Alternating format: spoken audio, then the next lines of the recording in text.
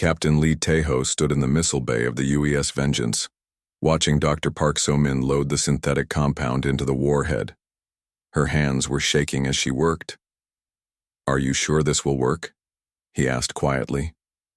"The molecular structure is identical to the original," she replied. "If the Villani data is correct, this should shut down every Ravager neural network in a 50-kilometer radius." Lee Tae-ho nodded. "Then we just need to get close enough to their main fleet." "Captain," So-min's voice was barely a whisper, "you know this is suicide." "No," he said, thinking of Major Kang Yu-jin and his Marines, of Captain Lim Da-hai and her crew, of all the humans who had died to buy them this chance. "This is what we do." Back on the bridge, his crew was preparing the ship for its final mission. Chief Engineer Lee Hyun-woo was pushing the damaged engines beyond all safety limits. "Captain, I can give you one last burst of speed," he reported, "but after that the engines will explode." "How long?" 5 minutes of full power, then we're dead in space." Lieutenant Baek Sung-min, back from his fighter mission with only 3 pilots left alive, spoke up. "Sir, let me and my remaining fighters escort you in." "Negative, Lieutenant. I need you to protect the evacuation ships." "What evacuation ships?" Lee Tae-ho smiled sadly. "The ones that are going to get our people and the Villani to safety while I keep the Ravagers busy." On the communication channel, Admiral Kim Da-woon's voice was firm but emotional. "Captain Lee, I'm ordering you to find another way. Admiral, with all due respect, my ship is the only one fast enough to reach their center formation. And we both know someone has to deliver this compound directly to their command cluster." The old admiral was quiet for a long moment. "Then Godspeed. Captain, make it count." Lee Tae-ho looked around his bridge one more time.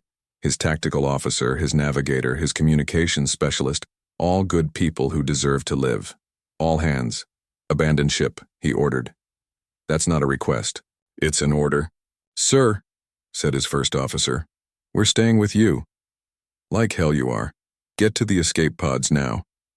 "Captain," called Chief Engineer Lee Hyun-woo from the engine room, "I'm staying. You'll need someone to keep the engines running." Hyun-woo, "No arguments, sir. Besides, someone has to make sure this bucket of bolts gets you where you need to go." Dr. Park So-min appeared on the bridge carrying a small device. "Captain, I'm staying too. The compound might need real-time adjustments during delivery." Lee Tae-ho wanted to argue, but there was no time. The Ravager fleet was regrouping, and soon they would be coordinated enough to finish off the remaining human ships. "Fine. Everyone else, get out, now." The crew reluctantly abandoned ship, leaving Lee Tae-ho with only Hyun-woo in engineering and So-min on the bridge. "UES Vengeance to all ships," he broadcast to the fleet. "Beginning final attack run. All vessels fall back to the evacuation zone and protect the Villani transport ships." The Vengeance accelerated toward the heart of the Ravager formation. The enemy ships immediately focused all their fire on the lone human vessel. "Shields down to 60%, reported So-min, watching the tactical display. 40%, 20%. The ship shook violently as Ravager weapons tore through the hull. In the engineering section, Lee Hyun-woo worked frantically to keep the engines running as systems exploded around him.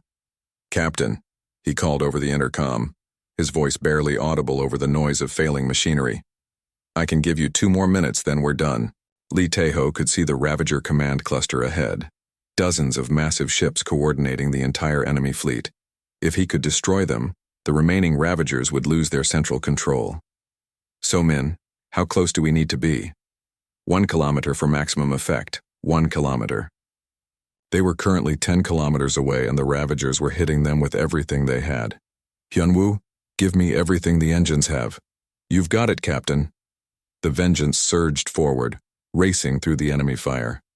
Ravager ships moved to intercept, but the human vessel was too fast, too desperate, too determined. 5 kilometers.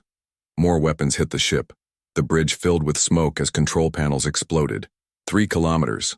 "Captain," gasped So-min, blood running down her face from a head wound. "The compound is ready for deployment." 2 kilometers. Lee Hyun-woo's voice came over the intercom one last time. "Captain, the engines are gone. We're running on momentum. Now, 1.5 kilometers. The Ravager command ships were so close Lee Tae-ho could see their weapon ports charging for a final salvo that would vaporize his ship. 1 kilometer! Firing now! The missile launched from the Vengeance carrying Dr. Park So-min's synthetic compound toward the enemy fleet. For a moment, nothing happened. Then the compound reached the Ravager command ships and exploded in a silent burst of chemical energy. The effect was immediate and devastating. Every Ravager ship within 50 kilometers suddenly stopped moving, as their organic neural network shut down. The vessels went dark, their weapons powering down, their coordination network collapsing. "It worked," whispered So-min in amazement. It actually worked, but their victory came at the ultimate cost. The Vengeance, battered beyond repair, was falling toward the Ravager command cluster. The ship's hull was breaking apart, atmosphere bleeding into space. "Captain," came Admiral Kim Do-woon's voice over the radio. "You've done it. The entire enemy fleet is shutting down." Lee Tae-ho looked at the tactical display through blurred vision. Across the battlefield, Ravager ships were going dark as the compound spread through their network. The few vessels that remained active were retreating in confusion. "Admiral," he said weakly, "make sure the Volani get to safety. And tell them we kept our promise. Captain, we're sending rescue ships." "No time, sir. The Vengeance is breaking up." Lee Tae-ho turned to Dr. Park So-min, who was slumped over her console but still alive. "So-min, you did it. You found another way." She smiled through the blood and smoke. "We all did it, Captain, all of us together." In the engineering section, Chief Engineer Lee Hyun-woo was still at his post, making sure the ship held together, long enough to complete the mission. "Captain," he called out, his voice calm despite the chaos around them, "it's been an honor serving with you." "The honor was mine," Hyun-woo. The UES Vengeance finally broke apart, its pieces scattering among the disabled Ravager ships, but the sacrifice had worked. The enemy fleet was destroyed, their coordination network permanently damaged. Hours later, as rescue ships searched the wreckage for survivors, Admiral Kim Do-woon received a transmission from the planet's surface. "This is Elder Nala. Admiral, we have watched everything. Your people, they chose to die rather than let us sacrifice ourselves. That's what humans do, Elder Nala. We protect our friends." "The ancient guardians were mighty warriors," she said, her skin colors showing deep reverence. "But they were not like you. They fought for glory and conquest. You fight for love." Admiral Kim Do-woon, now commanding the remaining human fleet from his damaged flagship, looked at the tactical display. The Ravager threat was ended, but at terrible cost. Over half the human fleet was gone and some of their best people were dead. "Elder Nala," he said, "we need to talk. This won't be the last time something like this happens. The galaxy needs defenders." "Yes," she agreed, "and now we know who those defenders are." 3 months later, a memorial was built in orbit around the Volani homeworld. It honored both the humans who had died protecting their friends and the Volani who had been willing to sacrifice themselves for victory. Elder Nala stood with Fleet Admiral Park Ji-sung, who had been promoted to replace Admiral Kim Do-woon when the old man retired. They were watching as ships from dozens of species arrived to pay their respects. "Admiral," Elder Nala said, "word of what happened here has spread across the galaxy. Other species are sending distress signals directly to human space now." Park Ji-sung nodded. "We've established new protocols. Any call for help will be answered. Even if it means fighting impossible odds." Especially then, a young Volani approached them, her skin colors bright with excitement. "Elder Nala, we've received another message. The Korean system is under attack by raiders. They're asking for human assistance." Park Ji-sung smiled. "Prep the fleet. We're going to help our new friends." As the human ships prepared to leave, Elder Nala sent one final message to the memorial database. "The ancient guardians fought because they were strong. These humans fight because others are weak. The ancient guardians conquered their enemies. These humans saved their enemies from something worse. The ancient guardians died because they forgot what they were fighting for. These humans will live forever because they never forget." In space stations and colonies across human territory, the message was clear. Humanity had found its purpose in the galaxy. They were not conquerors or explorers or traders. They were protectors. And when the innocent called for help, the most dangerous species in the galaxy would always answer. Because that's what Deathworlders do. Not just survive, but make sure others can survive too. The galaxy had learned a new truth. The scariest monsters are the ones who fight for love, not hate, and humanity loved their friends enough to die for them. Dr. Park So-min had been working for 5 hours straight when the alarm started ringing throughout the fleet. All hands to battle stations, came Admiral Kim Do-woon's voice over the intercom. Long-range sensors detect incoming Ravager fleet. Estimated time to engagement 47 minutes. So-min looked at her laboratory equipment in despair. Chemical compounds covered every surface, but none of them were right. She was close, so very close. But the artificial synthesis wasn't working yet. Captain Lee Tae-ho to Dr. Park, came the voice from her communicator. Here, Captain. Status report. So-min's voice was tired and frustrated. I've identified the key molecular structure, but I can't get the artificial version to be stable. It breaks down after a few minutes. How much more time do you need? At least 2 hours, maybe 3. There was silence on the channel. They both knew they didn't have 2 hours. Keep working, Lee Tae-ho said finally. We'll buy you as much time as we can. On the bridge, Lee Tae-ho looked at his tactical display. The Ravager fleet approaching was twice as large as the first one. Over 2,000 ships. Sir, called his tactical officer, we have 639 operational ships. Many of those are damaged. The mathematics were simple and terrible. The humans were outnumbered more than 3 to 1, and their ships were already wounded from the first battle. Admiral Kim Do-woon's face appeared on the communication screen. The old man looked tired but determined. Captains, he said to the fleet commanders, I won't lie to you. This looks impossible. But we've fought impossible odds before. Captain Yoon Ha-na, her stealth ship patched with emergency repairs, spoke up.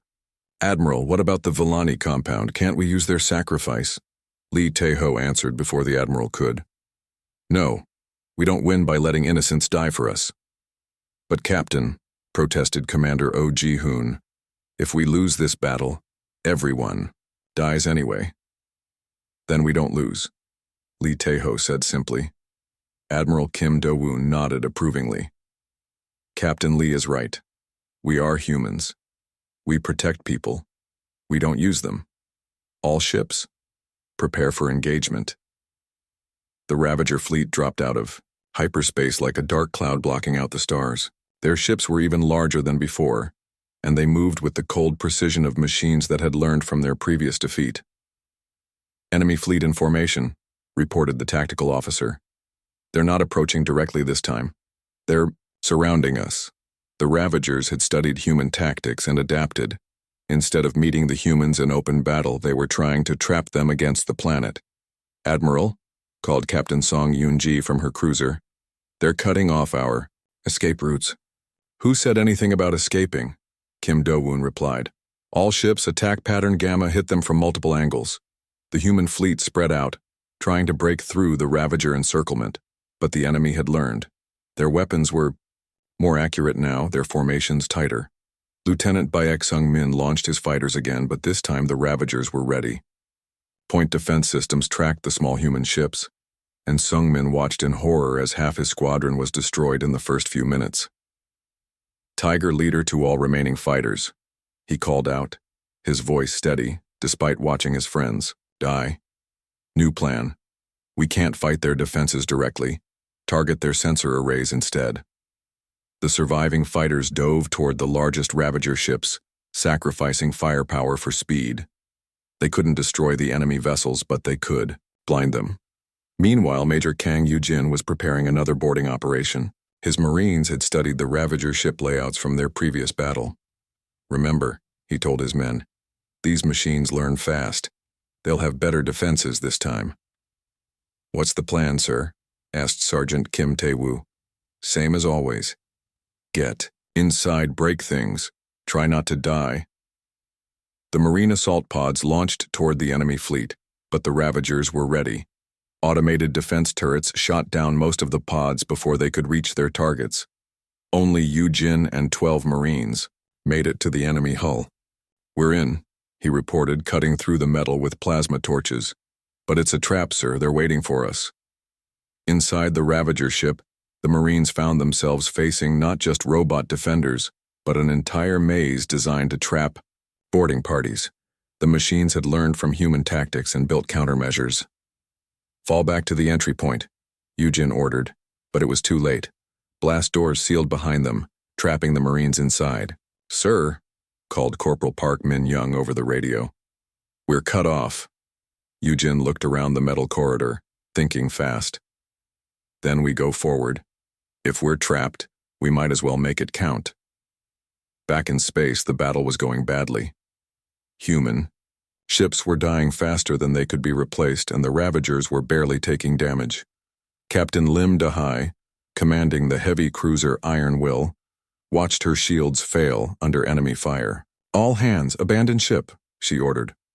"Captain," called her first officer, "the escape pods are damaged. We can't evacuate." Dahai looked at her crew, good people who had followed her into battle. They were all going to die, and there was nothing she could do to save them, or was there? "Belay that order," she said suddenly. "All power to engines. Set collision course for that Ravager command ship." "Captain, that's suicide." "No," Dahai replied, thinking of Dr. Park So-min, working desperately in her laboratory.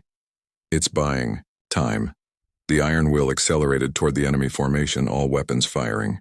The Ravagers focused their attack on the lone ship, not realizing what Dahai was planning until too late. The cruiser smashed into the Ravager command vessel, both ships exploding in a ball of fire that lit up the battlefield. Similar scenes played out across the combat zone. Human ships faced with certain death chose to die in ways that hurt the enemy most. Captain Cho Hyun-soo overloaded his ship's reactor and rammed a Ravager carrier. Commander Lee Ji-won crashed her destroyer into an enemy weapons platform. One by one, the human fleet was dying, but taking Ravager ships with them. In her laboratory, Dr. Park So-min heard the explosions and felt the ship shake with each impact. She knew her friends were dying to buy her time. "Come on," she whispered to herself, adjusting the molecular matrix for the 100th time. "Work, damn you, work!" The compound was so close to being stable. She could see what needed to be changed, but every modification she tried failed. Then she remembered something Elder Nala had said. The compound only worked when created by willing sacrifice. Not suicide, but sacrifice to save others. What if the key wasn't the chemical reaction itself, but the emotional state that triggered it? So-min began running new tests, adding trace elements that mimicked the brain chemistry of beings making a conscious choice to die for others. On the bridge, Captain Lee Tae-ho watched the tactical display with growing despair. They were down to 400 ships, and the Ravagers still had over 1,500. "Sir," called his tactical officer, "the Admiral's ship is taking heavy fire. Her shields are down to 10%. Lee Tae-ho could see the UES determination on his screen, surrounded by enemy vessels. Admiral Kim Do-woon was still fighting, but his ship was falling apart around him. "All ships," Lee Tae-ho ordered, "converge on the Admiral's position. We're not losing him today." The remaining human vessels turned toward their commander, but they were too far away. The Ravager ships were closing in for the kill. Then something unexpected happened.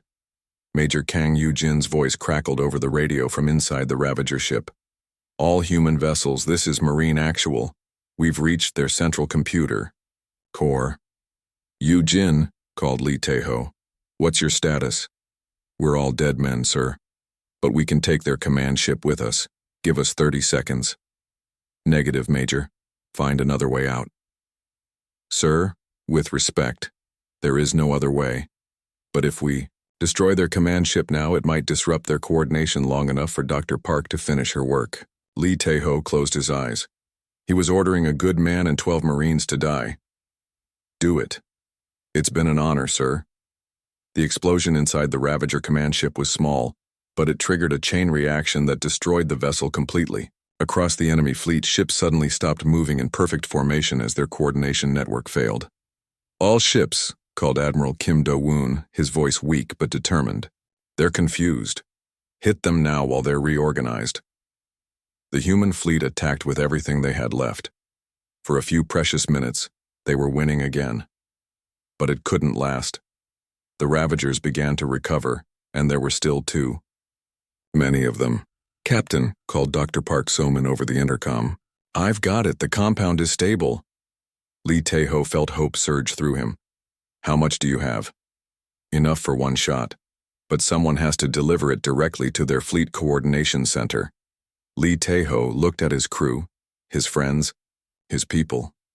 They had fought so hard, sacrificed so much. "I'll take it," he said quietly. "Sir?" protested his first officer. "That's a one-way mission." "I know." Lee Tae-ho stood up from his command chair. "Dr. Park, load the compound into a missile. Target the largest group of enemy ships." "Captain," came Admiral Kim Do-woon's voice, "you don't have to do this." "Yes, I do, Admiral. This is what we do. We protect people, even if it costs us everything." Lee Tae-ho looked around his bridge one last time. These people had followed him into battle, trusted him with their lives. "It's been an honor serving with you all," he said. The human fleet hung in orbit around the wounded Villani homeworld, making emergency repairs. Captain Lee Tae-ho stood on his bridge, watching recovery teams search the wreckage of destroyed ships for survivors. "Captain," called his communication officer, "we're getting a transmission from the planet's surface. It's the Villani." The main screen flickered to life, showing an elderly Villani in what looked like an underground shelter. The creature was tall and thin, with large, gentle eyes and skin that changed colors with emotions. Right now, those colors showed deep sadness and gratitude. "I am Elder Nala," the Villani said, her voice soft and musical. "We have been watching your battle from our shelters. So many of your people died protecting us. We have no words for such sacrifice." Lee Tae-ho felt his throat tighten. "Elder Nala, we came because you helped us once. Friends protect friends." "Yes," Elder Nala said, her skin colors shifting to something like hope. "That is why we sent the message to you specifically. We have been waiting for the young Deathworlders from the Blue World for a very long time." Captain Song Yoonji, joining the conversation from her own damaged ship, looked confused. "Waiting for us? What do you mean?" Elder Nala's image wavered as she moved deeper into the shelter. "Come down to the surface, human leaders. There are things you must see. Things that will help you defeat the Ravagers." An hour later, Lee Tae-ho, Song Yoonji, and Commander Shin Woo-jin from Intelligence took a shuttle down to the planet. The Villani cities were in ruins, but the people were alive, hiding in vast, underground networks they had built over thousands of years. Elder Nala met them at the entrance to what looked like an ancient temple. The walls were covered in strange symbols and pictures that seemed to glow with their own light.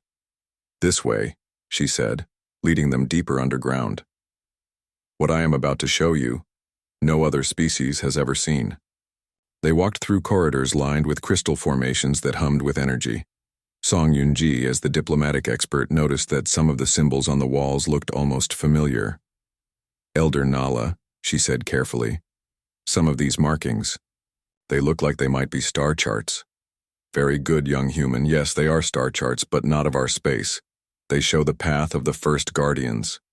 Commander Shin Woo-jin stopped walking. "Guardians?" Elder Nala's skin colors shifted to deep blue, the Villani expression for remembering ancient things. "Long ago, before your species existed, another race of Deathworlders found us. We were young then, barely able to travel between planets. They entered a vast chamber filled with crystal formations. In the center was a massive stone tablet covered in symbols. The first Guardians were like you," Elder Nala continued. "They came from a world that tried to kill them every day. They were strong, violent, dangerous, but they used that violence to protect others." Lee Tae-ho approached the tablet. Some of the symbols were starting to make sense. They were pictographs showing battles, ships, and creatures that looked almost human, but not quite. "What happened to them?" he asked. Elder Nala's colors turned to deep purple, sadness mixed with respect. They fought too many battles, saved too many species.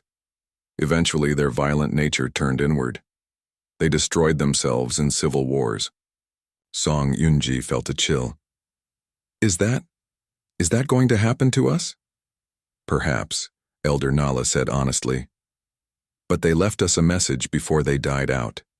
They said that someday, new Deathworlders would come from a blue world covered in oceans, young ones who had learned to control their violence better. Commander Shinwu Jin was studying the tablet with his intelligence training. Elder Nala, this section here, it looks like technical specifications. Are these weapon designs? Not weapons, she replied. Something much more important. The first Guardians discovered the weakness of creatures like the Ravagers. She touched a crystal formation, and the chamber filled with holographic images. They showed the ancient Guardians fighting machines very similar to the Ravagers. The machines you call Ravagers are not new, Elder Nala explained. They are an old plague that appears every few thousand years. They consume organic life and turn it into more machines. But the ancient Guardians stopped them, asked Li Teho. Yes, but at great cost. They learned that the Ravagers have one critical weakness. The hologram changed, showing the inside of a Ravager ship.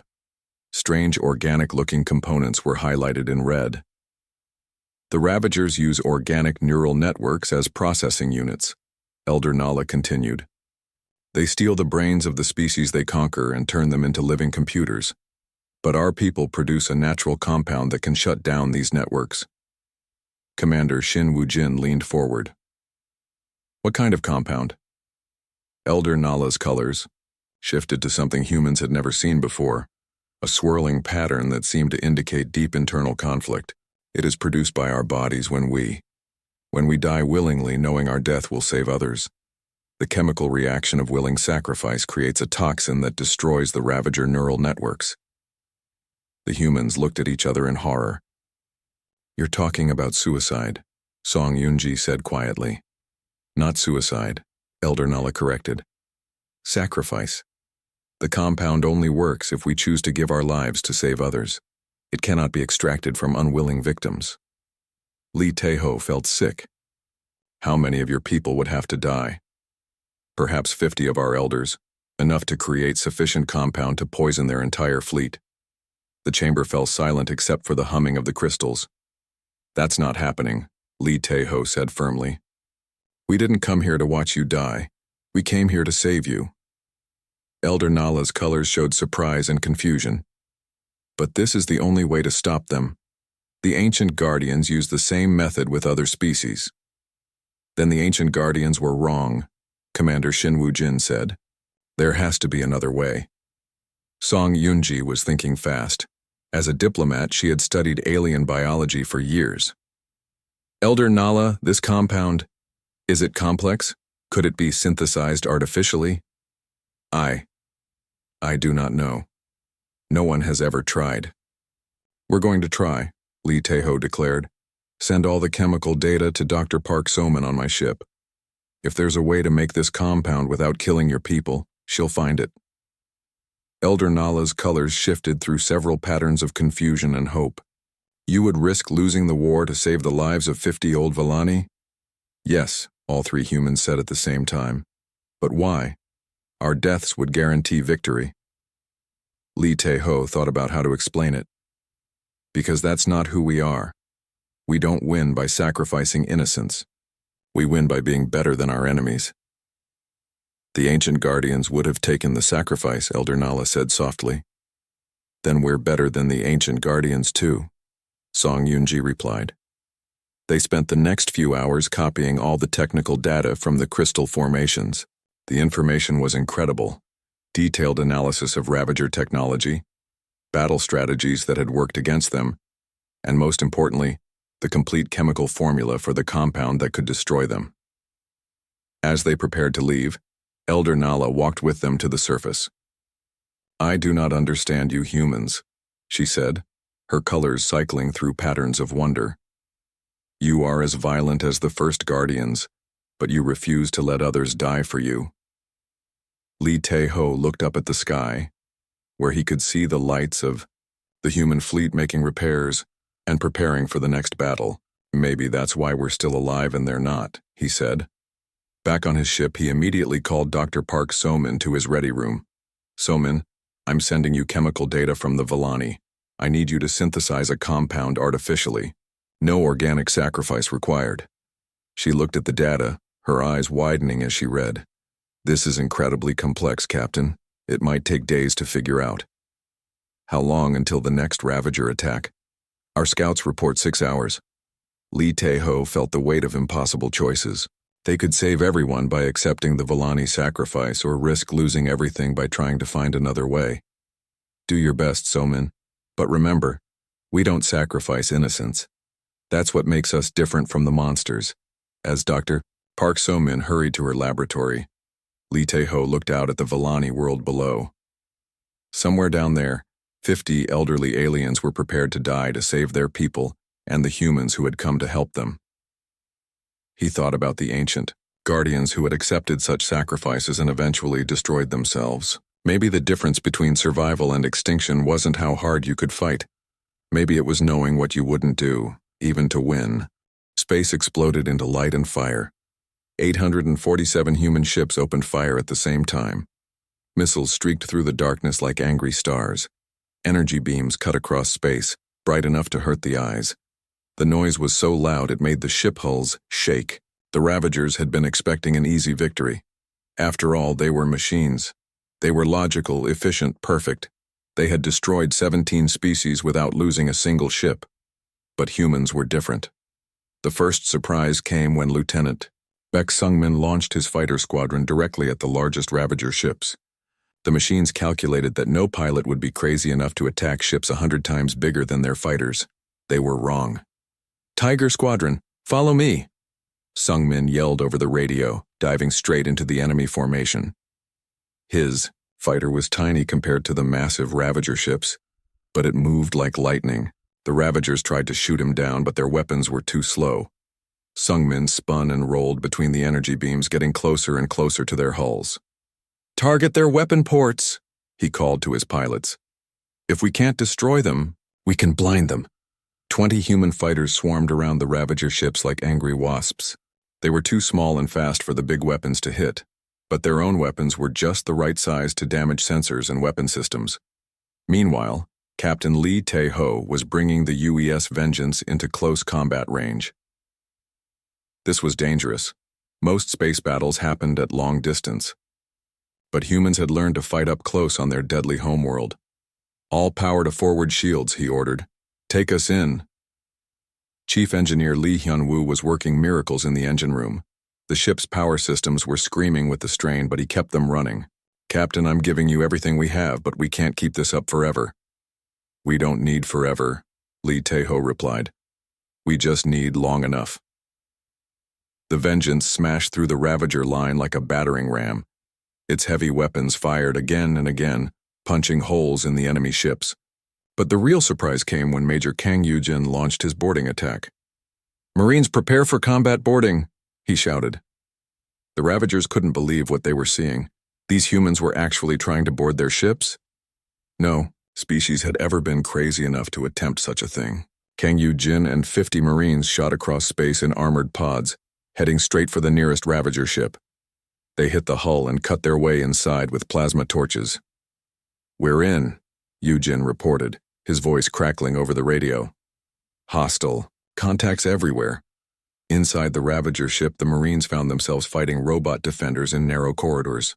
It was brutal, close combat. Exactly the kind of fighting humans excelled at. The robots were stronger and tougher, but they were logical. They followed patterns, used calculated strategies.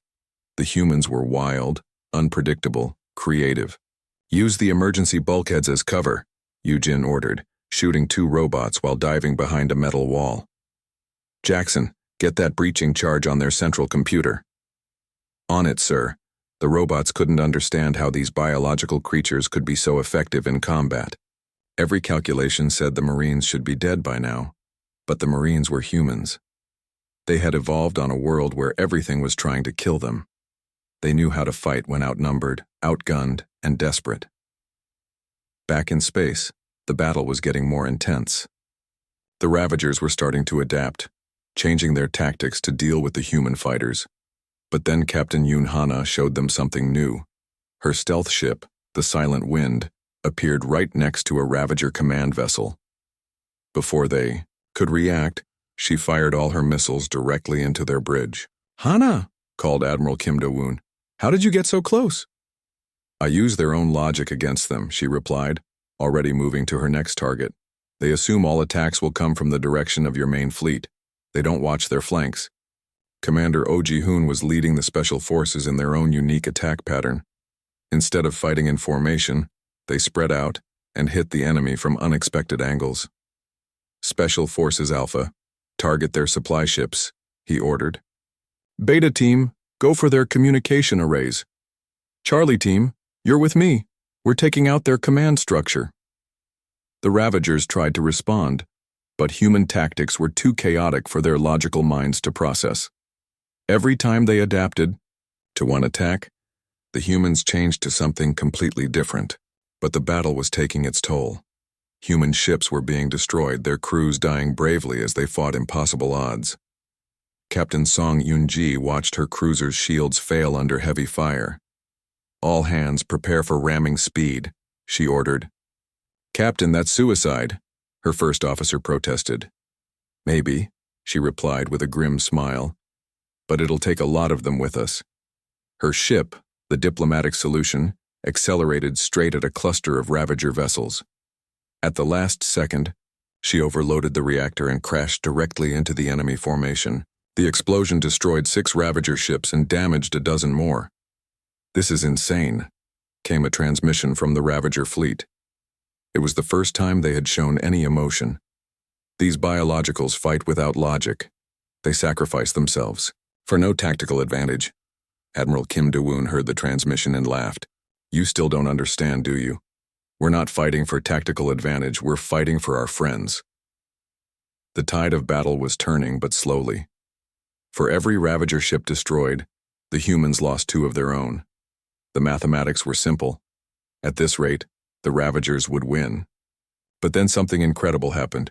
Chief Engineer Lee Hyun-woo, aboard the heavily damaged destroyer Rising Star, came up with an idea that only a human could think of.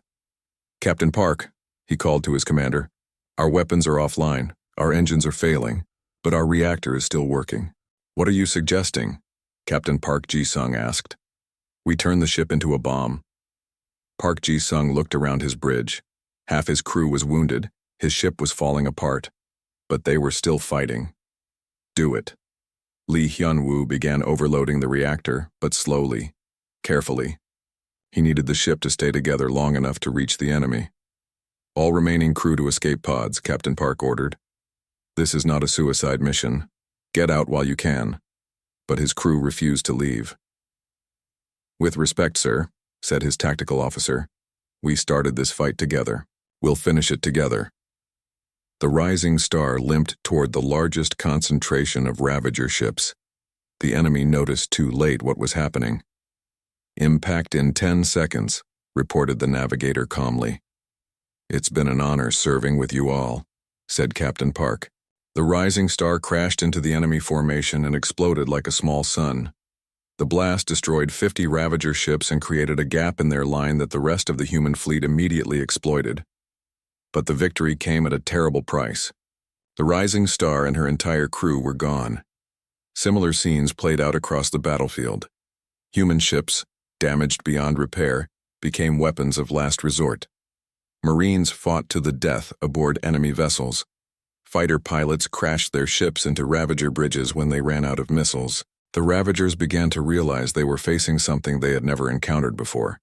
A species that didn't just fight to win, but fought to destroy their enemies completely, even if it meant dying in the process.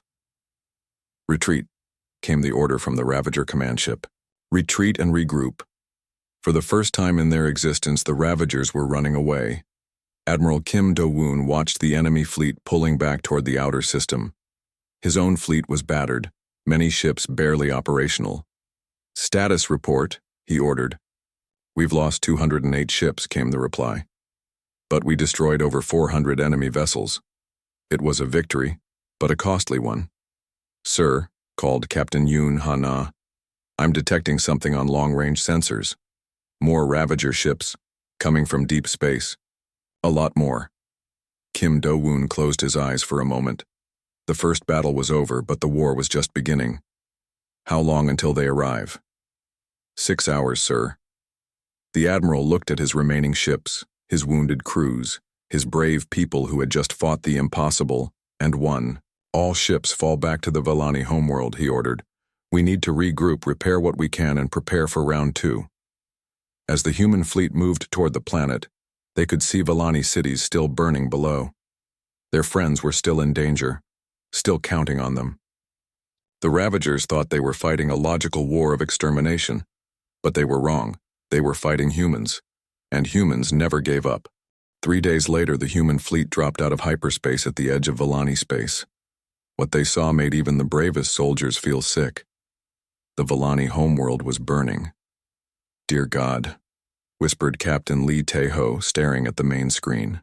The beautiful blue and green planet was covered in black smoke. Strange metal ships surrounded it like hungry sharks. Admiral Kim Do-woon's voice came over the fleet communication system. All ships, maintain formation. Captain Yoon Ha-na, take your stealth ship and get us a closer look.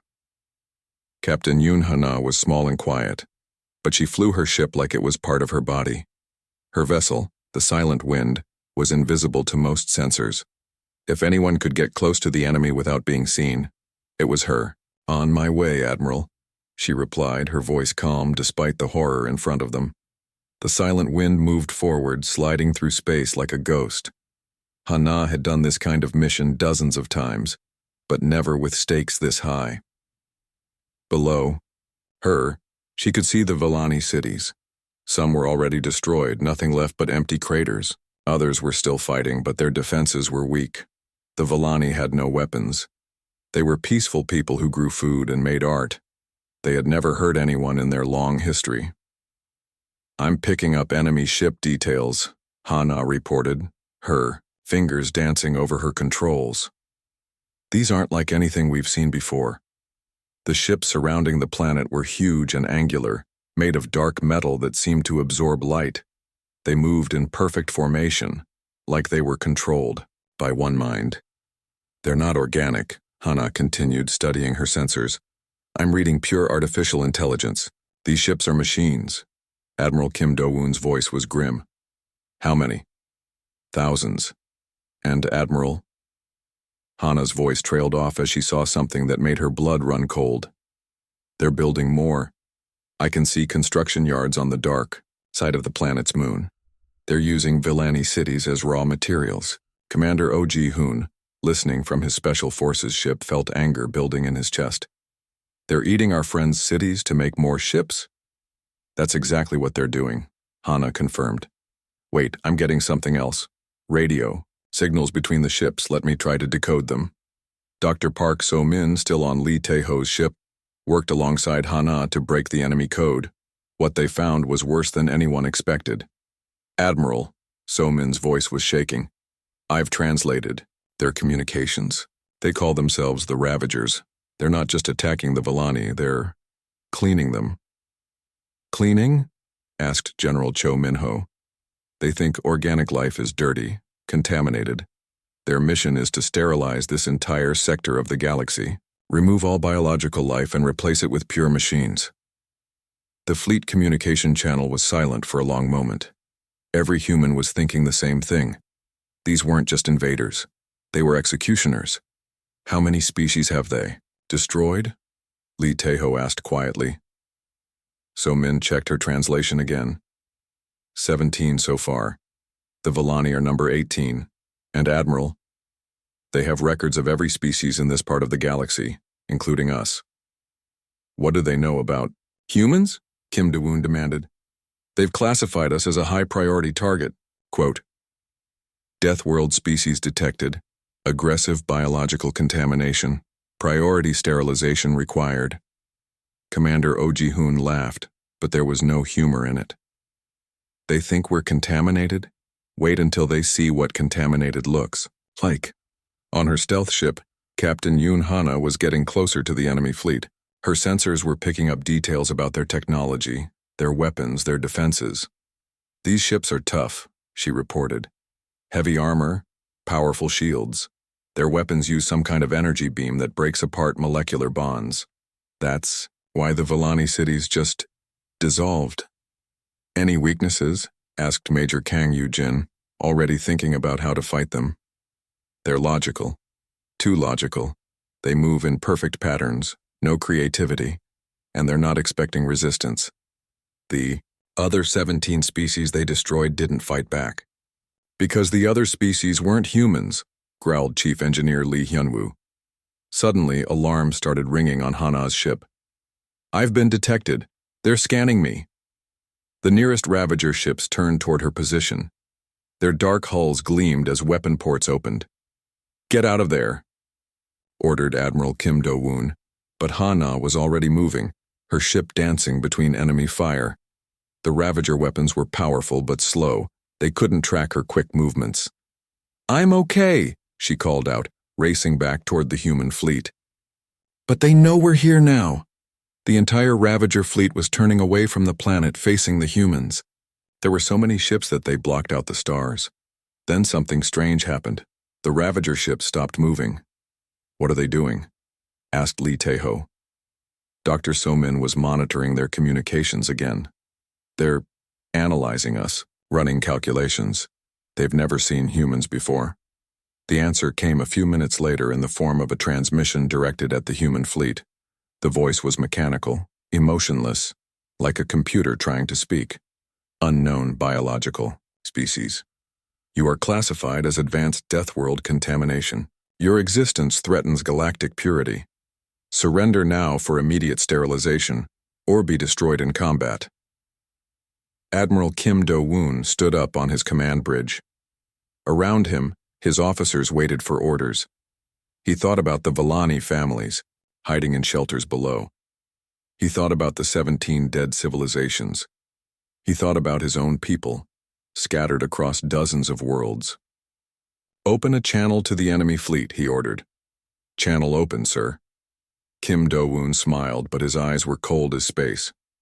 This is Admiral Kim Do-woon of the Human Colonial Defense Force. You have attacked our friends. You have murdered 17 innocent species. You have threatened to sterilize our people. He paused, making sure every word was clear. We do not surrender. We do not run away. We do not negotiate with monsters. You want to see what Deathworld contamination looks like? You're about to find out. The transmission ended. For a moment, space was quiet.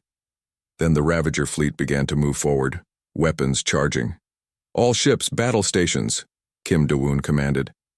This is for the Villani. This is for every species these monsters destroyed.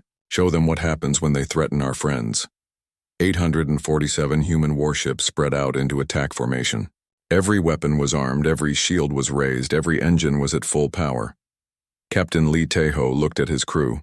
Lieutenant Baek Sung-min was ready in his fighter. Major Kang Yu-jin's Marines were loading their weapons. Chief Engineer Lee Hyunwoo was pushing the engines beyond their limits. Remember, Lee Tae-ho said to his people, we're not fighting for conquest. We're fighting for survival. Not just our survival, but the survival of every living thing in this galaxy. The Ravager fleet was close now. Thousands of dark ships moving in perfect formation. Their weapons were powering up, ready to dissolve. Human ships like they had dissolved Villani cities. But the Ravagers had made one crucial mistake. They had studied 17 species that ran away or died quickly. They had never studied a species that fought back with everything they had. They had never studied humans. Range to enemy fleet. 50,000 kilometers and closing, reported the tactical officer. All ships, came Admiral Kim Do-woon's voice. Remember what we are. We are humans. We are Deathworlders. We are the species that survives when everything else dies. Today we fight not just for survival, but for every innocent life in this galaxy. The space between the two fleets crackled with tension. 40,000 kilometers, 30,000, 20,000. All ships, the Admiral said quietly. Fire everything. The silence in the communication room was broken by a soft beep. Dr. Park So-min looked up from her coffee, frowning at the console. The signal was weak, almost lost in the background noise of space. That's strange, she said to herself, adjusting the controls. The beep came again, then again. It had a pattern. Captain Lee Tae-ho walked into the room, his boots clicking on the metal floor. What do you have, So-min? A signal from the outer rim, she replied, her fingers dancing over the keyboard. It's encrypted, but the pattern suggests distress. Lee Tae-ho moved closer. He was a tall man with kind eyes, but everyone knew he was deadly in battle. His ship, the HFY Vengeance, was one of humanity's most feared warships. Other species in the galaxy called humans Deathworlders because they came from Earth, a planet so dangerous that it created the most violent warriors in space. Can you decode it? He asked. So-min nodded, her black hair falling over her eyes as she worked. She'd been studying alien languages for 20 years. If anyone could break the code, it was her. Hours passed. Lee Tae-ho brought her more coffee and watched as she filled screens with strange symbols and numbers. Finally, she leaned back in her chair. Got it, she whispered. The message appeared on the main screen in simple text. Lee Tae-ho read it out, loud. The Ravagers come, we are the last. Please, anyone, help us. Who sent it, he asked. So-min checked her records. The signal comes from Volani space. They're a peaceful species, herbivores. They don't even have weapons. Lee Tae-ho's face grew serious. He knew about the Volani. 40 years ago, a human colony ship had broken down near their homeworld. The Volani had helped them, giving medicine and food to the sick colonists. They saved over 300 human lives and asked for nothing in return. Send this to Admiral Kim Do-woon immediately, he ordered. The Admiral's response came within an hour. All fleet commanders report to Central. Command, Priority Alpha. Lee Tae-ho had never seen Admiral Kim Do-woon look so grim. The old man stood before a room full of ship captains, his gray hair perfectly neat, his uniform spotless. Behind him was a star map showing the outer rim. Ladies and gentlemen, the Admiral began, we have received a distress call from the Volani, homeworld. For those who don't know, the Volani helped our people 40 years ago. They saved lives when they didn't have to. The room was quiet. Every captain knew the story. The message mentioned something called the Ravagers, Kim Do-woon continued. Our intelligence suggests this is a new threat, something that destroys entire civilizations. Captain Oh Ji-hoon, leader of the Special Forces, raised his hand. What do we know about these Ravagers? Very little, the Admiral admitted, but 17 star systems in that sector have gone silent in the past year. No survivors, no messages, just nothing. Captain Yoon Hana, a small woman who flew the fastest ships in the fleet, spoke up. When do we leave? The Admiral smiled. For the first time that day. That's why I love you people, no questions about the danger. No worrying about the odds, just when do we leave? He pressed a button and the star map changed. Red dots appeared across human space, each one marking a military base. Every available ship is being called up, he announced. Battle Group Alpha, Beta, Gamma, and 9 others. 847 warships in total, the largest human fleet ever assembled. The captains looked at each other with excitement and fear. This was bigger than any war they had fought before. Sir? Asked Captain Song Yoon-ji from the Diplomatic Corps. Shouldn't we try to contact other species, ask for help? Kim Do-woon shook his head. The other species are afraid of these Ravagers. When they hear that name, they run away and hide. But the Volani didn't run from us when our people were dying. We don't run from them. General Cho Min-ho, the ground forces commander, stood up. What's our mission exactly? Simple, the Admiral replied. We go to Volani space, we find these Ravagers. We destroy them completely. The room erupted in cheers and battle cries. These were humans, after all. They were born on a world where everything tried to kill them. They had evolved to fight impossible odds and win. Lee Tae-ho felt his heart racing. This was what his people did best. When someone needed help, humans answered. When monsters threatened the innocent, humans became bigger monsters. Fleet deployment begins in 6 hours, Kim Do-woon announced. Hyperspace jump in 48 hours. Questions? Captain Lim De-hai raised her hand. Rules of engagement? The Admiral's eyes went cold. These Ravagers destroy entire species. They killed 17 civilizations. Our friends are asking for help. He paused, looking at each captain in turn. No prisoners. No mercy. No survivors. The captains nodded. This was the human way. They were peaceful until someone threatened their friends. Then they became the most dangerous creatures in the galaxy. As the meeting ended, Lee Tae-ho walked back to his ship with So-min. The space station around them was buzzing with activity. Soldiers ran through the corridors carrying weapons and supplies. Ships moved outside the windows, preparing for war. So-min, he said quietly, how bad do you think this will be? She thought for a moment. The Villani wouldn't call for help unless they were desperate. They're proud people. If they're scared enough to send that message, then these Ravagers are really dangerous, Lee Tae-ho finished.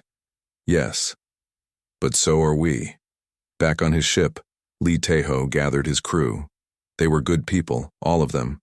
Lieutenant Baek Sung-min, his best pilot.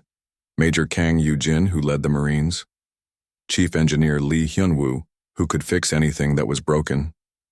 We're going to war, he told them simply. Not for territory or resources. We're going to save our friends. The crew cheered. They had heard the stories about the Villani, how they had shared their own food with hungry human children, how they had worked day and night to repair the colony ship, how they had cried when the humans finally left, safe and healthy. These Ravagers picked the wrong species to threaten, Major Kang Yoo-jin said with a grin. Nobody messes with our friends. Chief Engineer Lee Hyun-woo was already checking his systems. All weapons ready, Captain. Engines at full power. We can leave when you give the word. Around them, the human fleet was forming up. 847 ships of every type. Massive dreadnoughts that could destroy planets. Fast cruisers that struck like lightning. Small fighters that moved like angry wasps. Lee Tae-ho looked out at the fleet and felt proud. This was humanity at its best. Not conquering or stealing, but protecting, not destroying, but defending. All ships report ready, came the voice from Fleet Command. Admiral Kim Do-woon's voice echoed through every ship.